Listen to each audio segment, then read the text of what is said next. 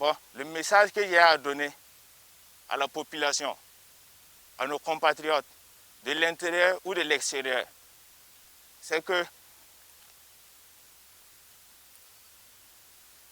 on n'a qu'à se souder, main dans la main, pour conquérir notre très cher pays, notre très cher parti qui est le Burkina Faso.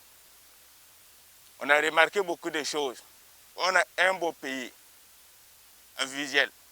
Donc je demande à tous mes frères d'armes, FDS, militaires, paramilitaires, population, de se souder, main dans la main, car ensemble, nous pouvons vaincre cette guerre. On a deux droits de le faire. Avec l'aide de tous, on a pu reconquérir les villages abandonnés. Donc, si on continue à céder, en continuant l'effort de paix, on pense qu'on a bout de deux droits de vaincre cette guerre. La patrie ou la mort, nous vaincrons.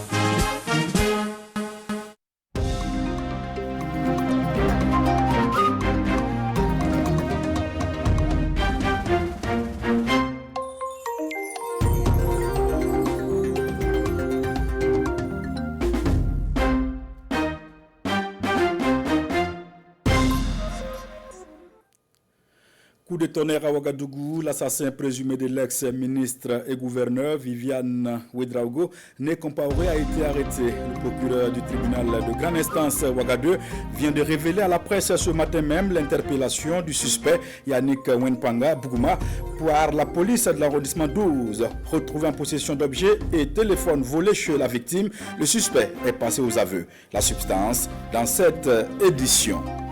Direction Bobo Dioulasso, où le ministre de la Construction de la Patrie, Mikailou Sidibé, a effectué une visite du terrain ce dimanche. Au cœur de cette sortie, l'inspection des grands travaux de mobilité urbaine. Après avoir constaté de visu l'avancement des chantiers, le ministre s'est dit satisfait. Les détails dans ce journal. Et puis, coup d'accélérateur pour la protection du bétail dans la région du Yadega. Samedi, le gouverneur Thomas Niampa a officiellement lancé la campagne de vaccination de masse à Ouagadougou sur 2 sites stratégiques. L'initiative s'inscrit dans la campagne nationale contre les maladies animales prioritaires. L'objectif est clair, sécuriser le cheptel, pilier de l'économie locale. Des explications à suivre dans cette édition. Mesdames et messieurs, bonjour à toutes et à tous. Merci de nous suivre. Samedi dernier, les étudiants et la Ligue des élèves de Ouagadougou se sont mobilisés pour soutenir le capitaine Ibrahim Traoré. Réunis au rond-point des Nations Unies, ils disent non aux manœuvres de déstabilisation des institutions de la République. Ils réaffirment à travers cette manifestation leur soutien à la révolution et à l'AES. Saïba Souré pour plus de détails. La Ligue des élèves de Ouagadougou et ses étudiants de l'université Joseph Kizerbo soutiennent la révolution progressiste et populaire en cours au Burkina Faso. Une révolution noble qui, selon eux, vise à rehausser le niveau de développement du Burkina Faso. Par cette sortie, leur objectif est clair: soutenir les idéaux du capitaine Ibrahim Traoré et la Confédération des États du Sahel. Cette manifestation vise également à barrer la route à toute personne qui a pour intention de déstabiliser les institutions du pays. À ceux qui pensent que c'est une manipulation politique, la réponse qu'on a pour eux, nous sommes des élèves, nous sommes conscients, on est allé à l'école, on est conscients. Et même ceux qui n'ont pas allé à l'école, ils sont conscients de ce qui se passe dans le pays actuellement. Alors quand on voit quelque chose de bon, on soutient. On a un appel à lancer aux autres élèves. On le fait tout le temps avec nos camarades, on les appelle toujours. Et l'appel qu'on a à leur donner, c'est que de ne pas se laisser manipuler par quelqu'un d'autre. Nous demandons aux autorités d'être encore plus vigilants que ça, parce que sans eux, nous ne sommes rien. Quand on entend qu'il y a des gens, des fils de ce pays-là même, qui essayent de déstabiliser ce pouvoir-là, vraiment, nous ne sommes pas contents. Nous ne sommes pas contents, pourquoi? Parce qu'on ne peut pas comprendre, à cause des prix miettes que les gens veulent sacrifier, se sacrifier et sacrifier la nation elle-même pour quelque chose qui ne peut rien les apporter. Le soutien de ces scolaires et universitaires se matérialise aussi par l'organisation de forums de sensibilisation et des sorties de manifestations. Il salue au passage la vigilance des services de renseignement burkinabais qui mettent en déroute les manœuvres de déstabilisation du pouvoir en place. Il compte continuer le combat pour un Burkina Faso souverain et appelle les élèves et étudiants à cultiver la conscience patriotique. Au Burkina Faso, l'association Sougournoma pour la paix au Faso a tenu une conférence de presse pour condamner avec fermeté la tentative de coup d'État déjouée du 3 janvier dernier. Une tentative de coup d'État qui visait le capitaine Ibrahim Traoré et les institutions de la République. À travers cette sortie médiatique, l'association a également réaffirmé son soutien aux autorités et aux forces de défense et de sécurité. Le compte-rendu de la conférence avec Lambert Soma. Face aux hommes des médias, les responsables de l'association Sougournoma pour la paix au Faso condamnent vigoureusement la tentative de coup d'État déjouée le 3 janvier dernier. Ils qualifient cet acte de menace grave contre la paix, la stabilité et l'unité nationale. Ils appellent les Burkinabés à la vigilance et au rejet de toute action visant à déstabiliser les institutions du pays. Nuit et jour, nous sommes là debout. On assure au gouvernement qu'il n'y aurait jamais de coup d'État au Burkina Faso ici. Le seul président à vie que nous avons choisi, c'est le président capitaine Ibrahim Traoré, chef de l'État avec son gouvernement. Dans la même dynamique, l'association réaffirme son soutien au président du Faso Ibrahim Traoré ainsi qu'aux forces de défense et de sécurité engagées dans la lutte pour la sécurisation du territoire et la défense de la souveraineté nationale. Beaucoup d'axes sont ouverts. Donc nous, commerçants aujourd'hui, les mots nous manquent, puisque beaucoup de villages réussissent à rejoindre la ville pour toutes les activités sans inquiétude. On peut prendre des kilométrages sans inquiétude. Donc, tout ça, c'est grâce au président camarade capitaine Ibrahim Traoré avec son gouvernement. Donc, nous les remercions et nous sommes solidaires. Tous les citoyens sont derrière le président avec son gouvernement. L'association Sougournoma pour la paix au Faso rappelle que la paix et l'unité nationale sont l'affaire de tous. Face aux menaces, seule la mobilisation citoyenne, le soutien aux institutions et la solidarité entre acteurs économiques et population permettront au Burkina Faso de surmonter les tentatives de déstabilisation.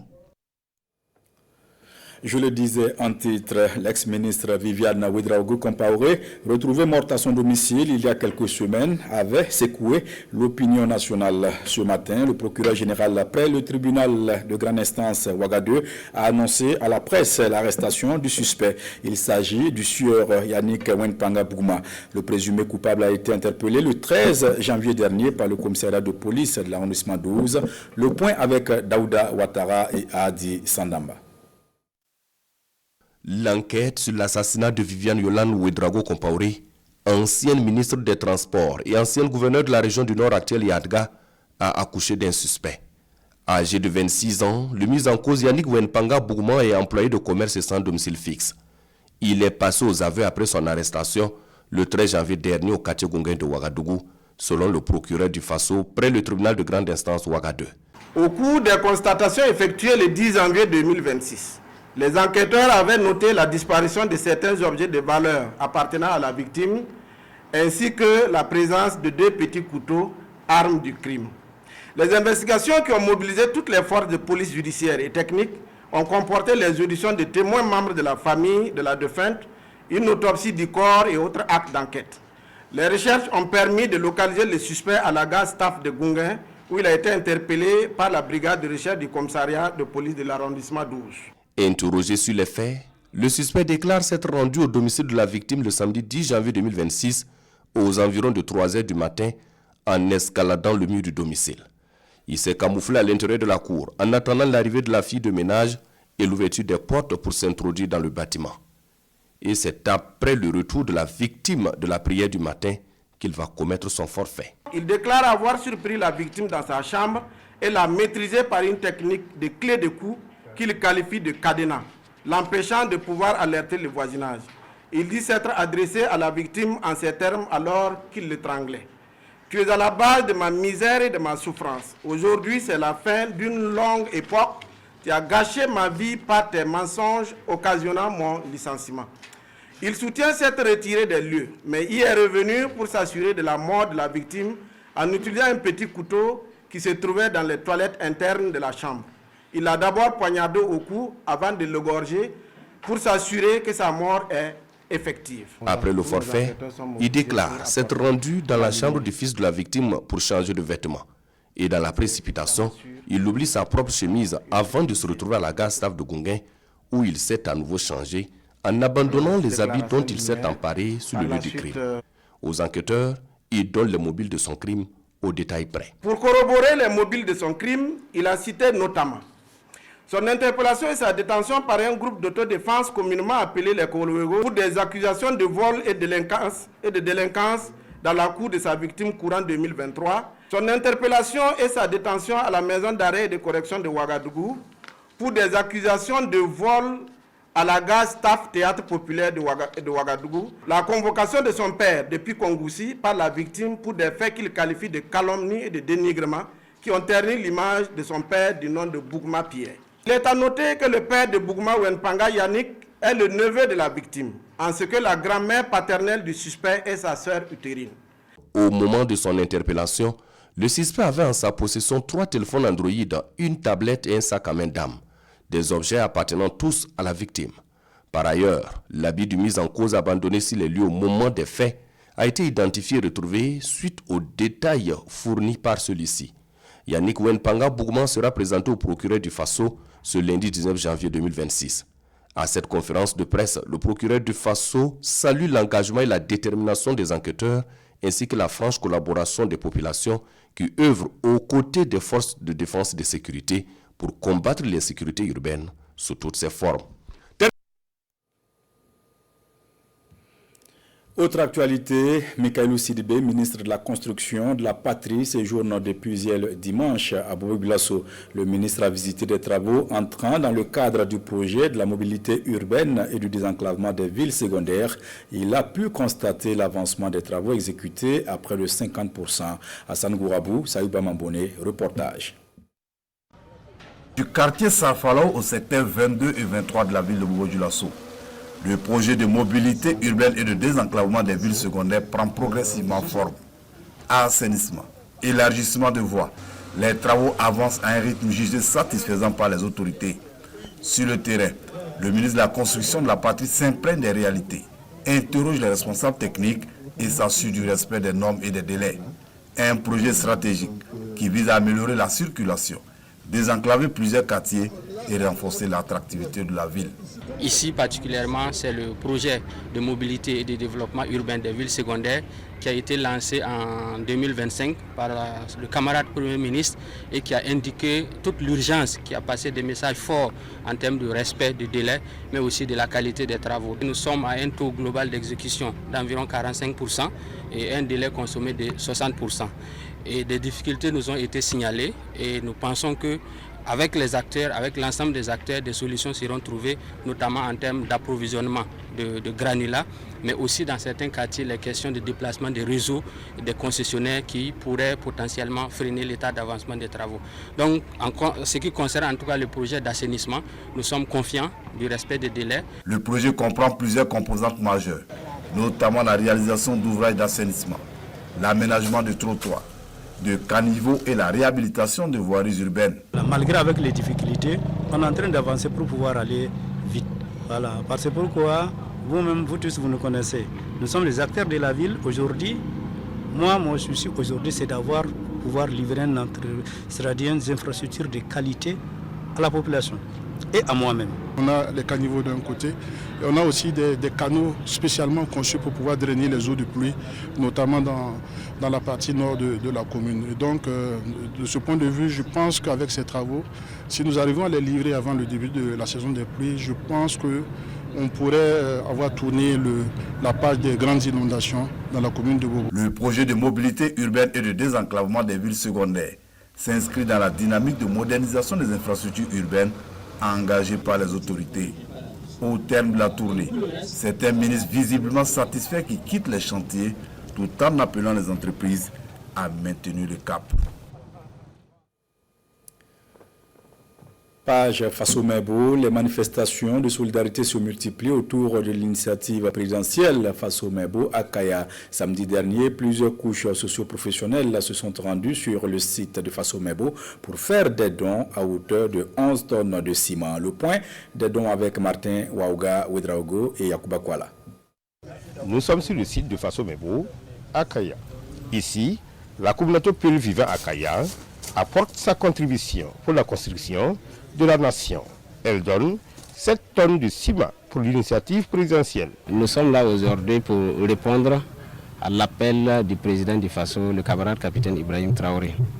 L'initiative Faso Mebo, c'est une initiative endogène qui nous permet de nous-mêmes mobiliser nos propres ressources pour développer notre pays. C'est en cela que la communauté Peul de Kaya s'est mobilisée aujourd'hui pour apporter 7 tonnes de ciment pour contribuer vraiment à la construction de notre pays. C'est le tour des anciens de la circonscription d'éducation de base du Bousma S1 de passer à l'action.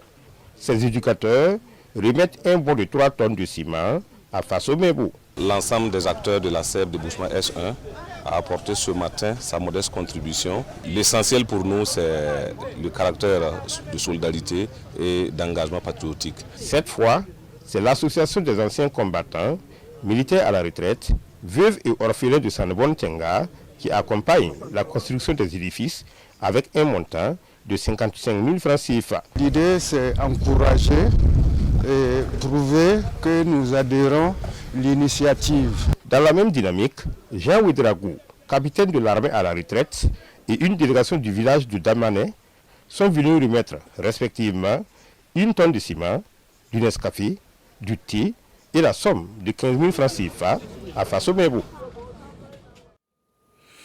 À Faso Mebo Tenkodogo, l'heure est au bilan. Le 14 janvier dernier, les responsables ont fait le point des dons et réalisations de l'initiative présidentielle Faso Mebo de la région du Nakambe. Ce bilan prend en compte la période du 24 juin au 31 décembre 2025. On note une satisfaction de l'engagement populaire qui a mobilisé 1500 tonnes d'agrégats et 800 tonnes de ciment. On en sait davantage avec Sarah Balima et Nicolas Sorgo. Devoir de redevabilité ici au quartier général de Faso Mebo à Tenkodogo. La présente conférence de presse voulue par les acteurs chargés de la mise en œuvre de l'initiative présidentielle Faso Mebo vise à informer l'opinion publique sur leur gestion des dons depuis le 24 juin, date de démarrage, au 31 décembre 2025. Nous avons notamment reçu plus de 800 tonnes de ciment, dont plus de 759 tonnes ont déjà été utilisées, laissant un stock encore disponible de 50 tonnes. Dans le même esprit, le sable et le granit indispensables aux ouvrages ont été largement consommés. 1193 tonnes de sable reçues, dont 1172 tonnes utilisées. 292 tonnes de granit entièrement utilisées. Le bilan fait également cas de plus de 400 moules, 300 paires de gants et bien d'autres ressources logistiques enregistrées. 2 hectares de superficie déjà pavée le long de la RN16 allant de la gare de Bitou jusqu'à la place de la Nation. On note également 4 pistes décapées et 6 chaises de détente réalisées. Le bilan moral, il est assez satisfaisant. Nous sommes dans une phase où plus il y a d'engouement, de travail et d'offres, les résultats seront plus brillants, concrets et énormes. Cette conférence de presse a été suivie d'une visite de quelques chantiers en cours. L'impact est bien visible et une fois à terme, ces réalisations symboliseront à jamais l'engagement patriotique des filles et fils de la région du Nakambe. Pour 2026, d'autres actions sont dans le viseur de Faso Mebo et chaque geste Chaque contribution, aussi modeste soit-elle, aidera à accélérer le processus de modernisation voulu par les plus hautes autorités. Restons à Tinkodogo où la délégation spéciale régionale a offert des vivres aux maisons d'arrêt et de correction de Tinkodogo et de Kupela, le tout d'une valeur estimée à 2 millions de francs CFA. Ce don s'est fait en présence du patron de la région, le gouverneur Yiyé Abraham Sondo. On fait le point avec Yves Rwamba et Rasmane Ouedraogo. Du riz, du maïs, du haricot et du mil au profit des pensionnaires des maisons d'arrêt et de correction de Tinkodogo et de Kupela. Ce geste, d'une valeur de 2 millions de francs CFA, est de la délégation spéciale régionale du Nakambe qui place la dignité humaine, la cohésion sociale et la solidarité au cœur de ses actions.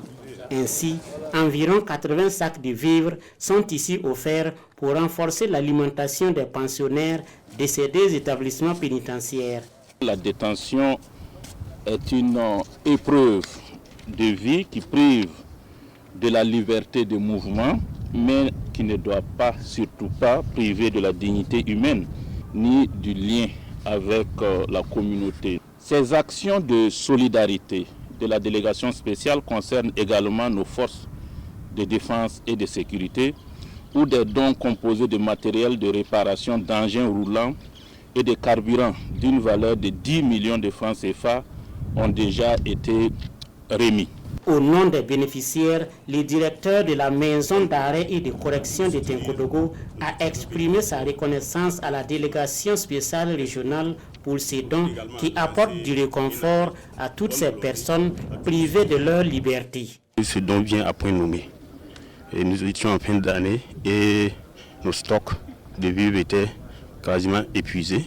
Donc ce don va contribuer à améliorer la ration alimentaire des pensionnaires des maisons d'arrêt de correction de Kupela et de Tinkodogo. Le président de la délégation spéciale régionale du Nakambe a également salué le travail remarquable de l'administration pénitentiaire, appelant à un traitement empreint de dignité et de respect envers les pensionnaires.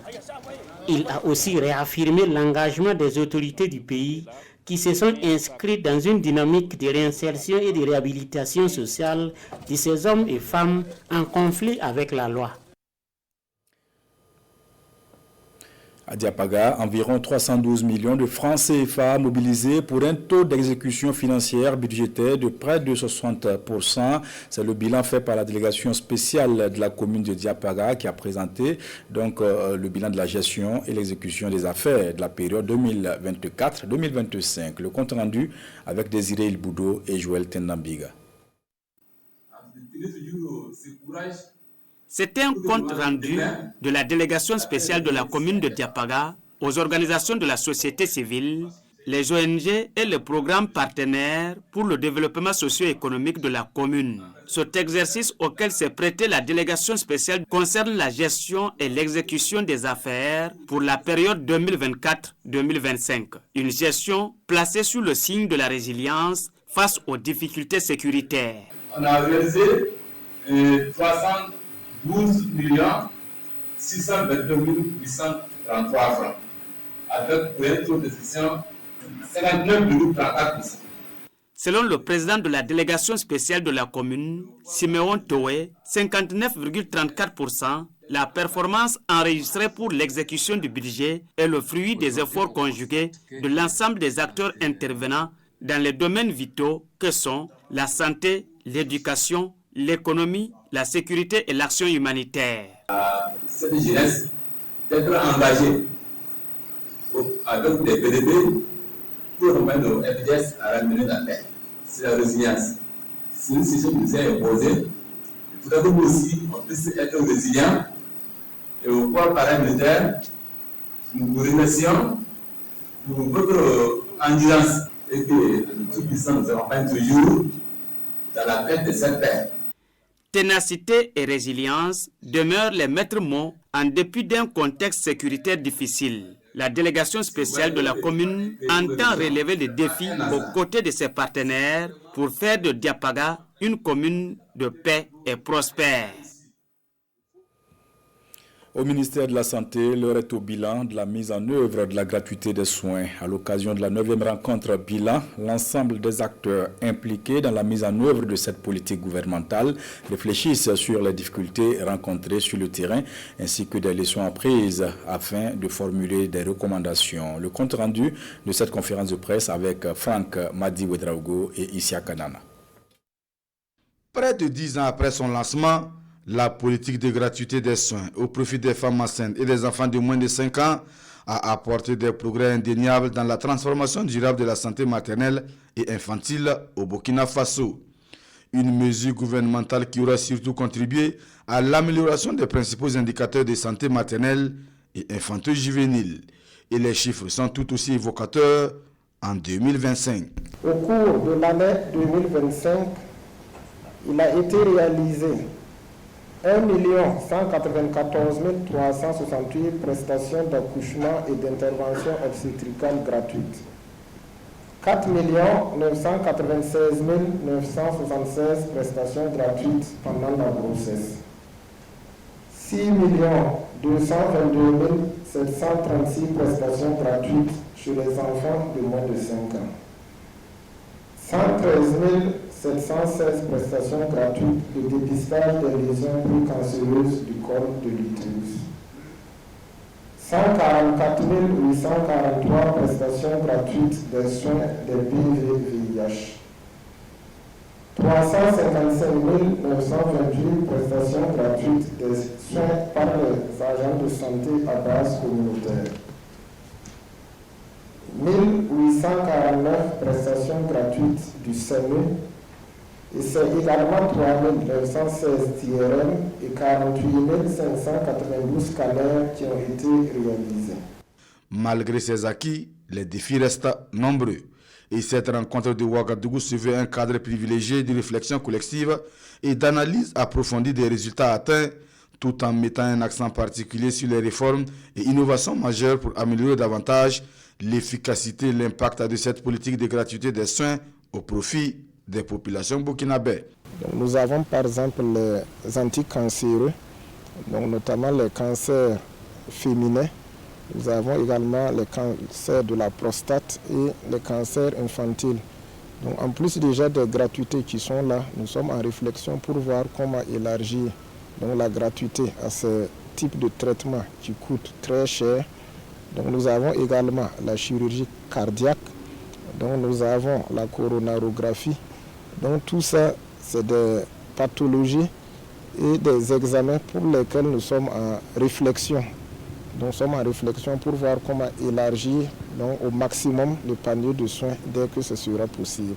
Cette 9e rencontre bilan consacrée à la mise en œuvre de la gratuité des soins réunit ici les directeurs généraux des hôpitaux, les directeurs régionaux de la santé, les médecins-chefs de district, ainsi que les partenaires techniques et financiers.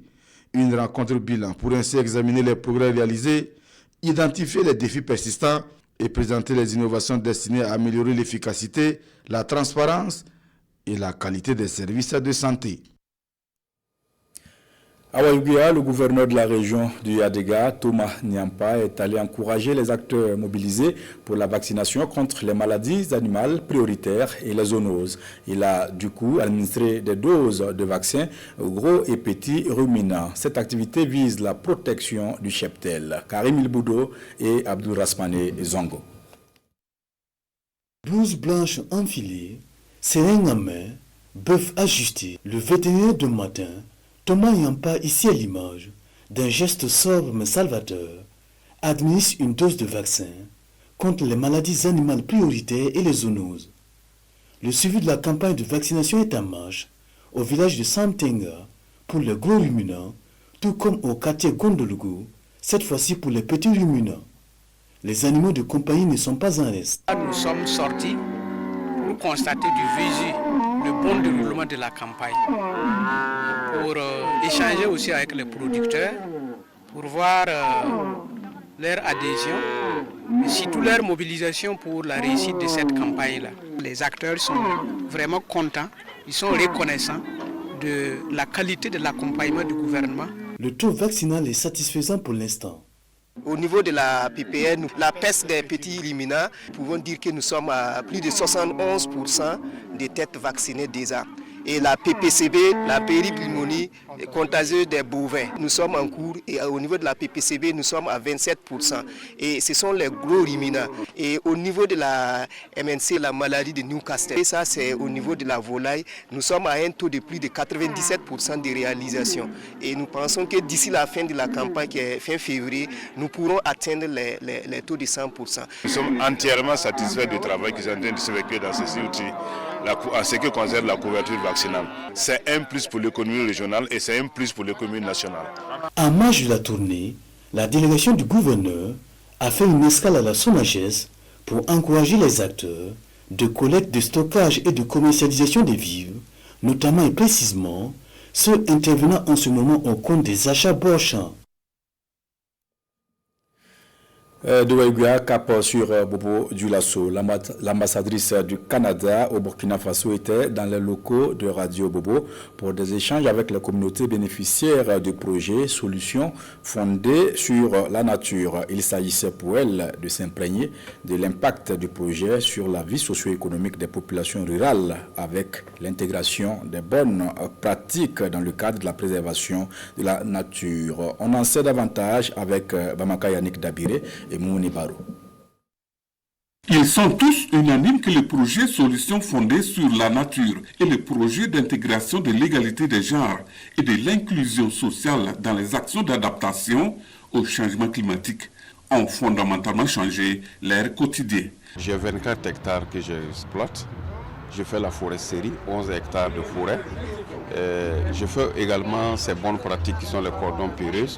Je fais aussi la production fourragère, voilà, qui me permet de stabiliser mes animaux pour avoir en tout cas de la fumure organique, puisque nous avons opté en tout cas pour les bonnes pratiques. Voilà, donc je suis en tout cas plein dans l'agroforesterie. Am Tina Goutri, ambassadrice du Canada au Burkina Faso, est là pour échanger avec les bénéficiaires. Pour elle, au regard des différents témoignages, le rôle joué par les médias partenaires comme la Radio Bobo a été déterminant. Je dois avouer que je suis très impressionnée par le travail que RRI fait toujours avec RTB et avec les communautés pour non seulement sensibiliser les gens sur le changement climatique et les approches agroforestières, agro-silvopastorales, mais pour moi, ça me fait chaud au cœur d'avoir cette opportunité d'échanger avec les membres de communauté qui ont partagé plusieurs exemples avec nous. Avant les échanges, la diplomate canadienne visite ici les locaux de la Radio Bobo pour s'imprégner des conditions de production des émissions. Elle profite également de son passage pour encourager l'équipe de production à maintenir le cap de sensibilisation pour la gestion durable des ressources.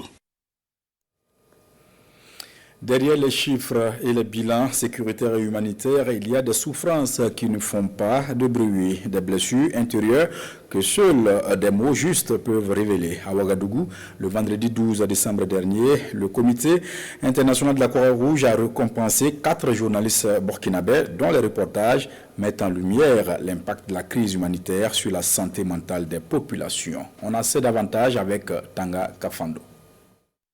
Ce sont eux, les 4 journalistes burkinabés, lauréats de la 6e édition du concours du meilleur reportage humanitaire du Comité international de la Croix-Rouge, CICR.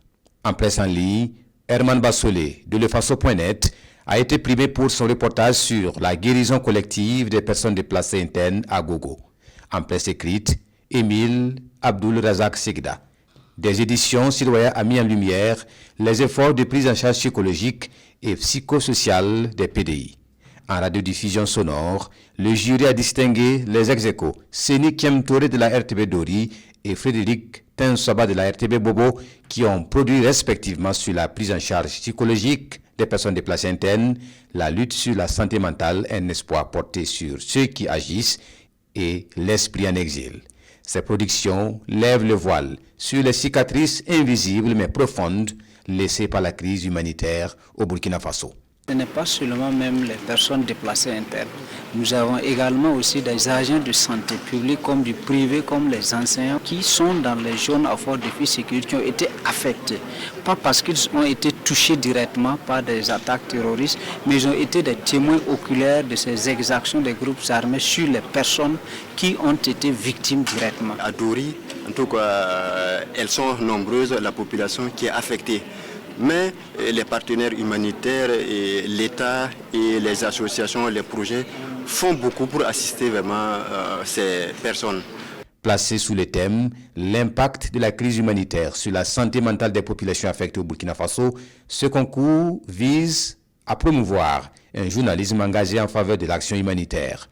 Il prime les hommes et femmes des médias, capables de documenter les conséquences psychologiques de l'insécurité, souvent relégués au second plan face aux urgences matérielles et sécuritaires. Et c'était l'occasion de mettre en lumière et de lever un voile sur ce que ça représente pour les concernés, pour les personnes qui sont dans cette souffrance, et puis de pouvoir aussi montrer combien il y a des réponses qui sont possibles, il y a du travail, il y a du soutien qui est possible. Au-delà des distinctions individuelles, ces œuvres témoignent du rôle du journalisme humanitaire dans la sensibilisation et la reconstruction des victimes.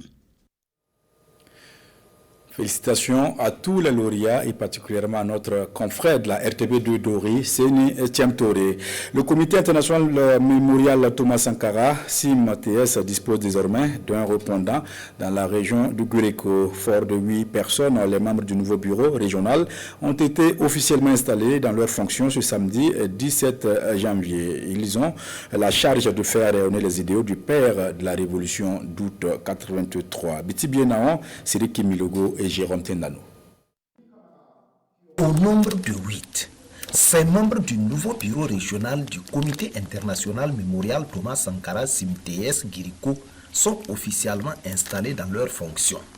Porter, défendre et faire voyager les idéaux du capitaine Thomas Sankara en tout temps et en tout lieu, c'est la mission principale dévolue à ce nouveau bureau.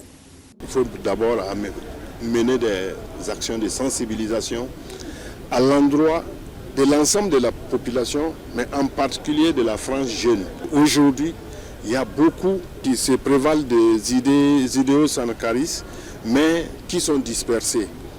Nous pensons que nous avons une mission de formation, de sensibilisation, et aussi mener d'autres activités, c'est-à-dire même d'intérêt commun sur le terrain.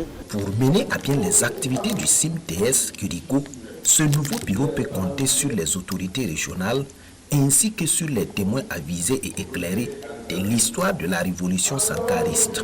Naturellement, la mission est commune et aujourd'hui le Burkina ne peut se construire sans l'implication de toutes ses filles et de tous ses fils. Et en vertu de cela, nous, administration, nous sommes disposés à accompagner le comité pour la réussite de sa mission. Le 15 octobre, il est loin, mais il est prêt dans les mémoires.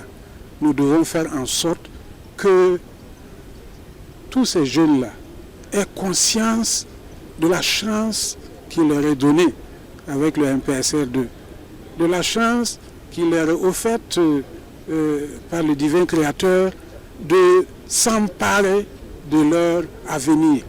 Inauguré en 2020 à Ouagadougou, le mémorial Thomas Sankara est l'un des sites touristiques les plus visités à ce jour au Burkina Faso, selon le CIMTS Guéréko. Il compte ainsi maintenir le cap et servir de relais de sensibilisation des valeurs d'intégrité et de patriotisme.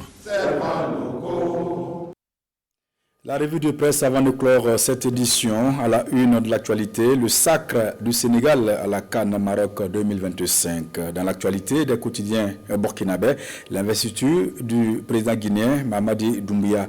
La revue de presse est signée Bienvenue Tansa. Le stade Lansana Conté a refusé du monde samedi dernier lors de l'investiture du président Mamadi Doumbouya à la magistrature suprême de la Guinée, a relevé l'observateur Palga. Devant des milliers de Guinéens et de nombreux chefs d'État selon aujourd'hui au Faso, Mamadi Doumbouya a prêté serment L'Express du Faso souligne que Doumbouya est arrivé au pouvoir par un coup d'État parce que sous Alpha Condé qu'il a déposé, non seulement les institutions démocratiques ne fonctionnaient pas normalement, en plus celui-ci voulait s'éterniser au pouvoir. Ce journal rappelle qu'à son arrivée, Doumbouya avait promis de ne pas faire la même chose et qu'il avait même promis de ne pas se représenter, lui et son entourage, à une quelconque élection. Mais finalement, il s'est fait élire, a prêté serment et va rester au pouvoir pendant 7 ans. Et lui, en effet, le 28 décembre dernier, Doumbouya devient légalement président de la Guinée et a recueilli légitimement 86,72% des suffrages. Le droit des quotidiens relève que l'investiture de Mamadi Doumbouya met fin à une transition de 4 ans ouvrant une nouvelle ère, celle d'un retour à une démocratie pluraliste que les Guinéens espèrent plus pertinente dans la gestion de la chose publique. La période de grâce dont il a bénéficié durant les 4 ans de transition est désormais terminée. La prestation de serment, dixit le journal Le Pays, exige de Doumbouya le respect des droits et libertés individuelles et collectives. L'avenir nous dira s'il saura s'adapter aux contraintes de l'état de droit, déclare ce quotidien. Et puis, la finale de la 35e Coupe d'Afrique des Nations s'est disputée à guichet fermé hier dans une forteresse en ébullition et devant une marée humaine rouge et verte en transe, fait remarquer le journal Le Pays. Une finale folle, s'exclame aujourd'hui au Faso, au terme d'une rencontre âprement disputée et marquée par la controverse dans les dernières minutes. Le Sénégal a arraché la victoire en prolongation face au pays hôte, le Maroc, grâce à une réalisation de Pape Gueye, retient l'observateur Palga. Le Sénégal décroche pour la 2e fois donc la CAN, ce après un match marqué par un spectacle qui, selon le journal Le Quotidien, n'honore pas le football africain. C'est tout pour ce journal. Merci de nous avoir suivis. Excellent après-midi à toutes et à tous.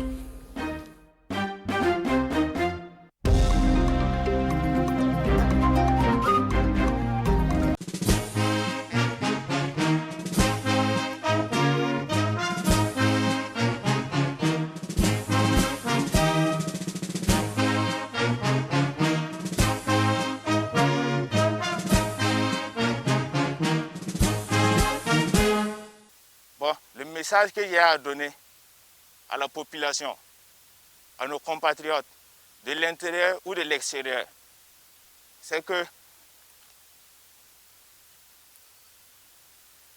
on n'a qu'à se souder, main dans la main, pour conquérir notre très cher pays, notre très cher parti qui est le Burkina Faso.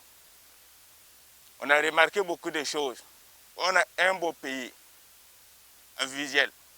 Donc je demande à tous mes frères d'armes, FDS, militaires, paramilitaires, population, de se souder, main dans la main, car ensemble, nous pouvons vaincre cette guerre.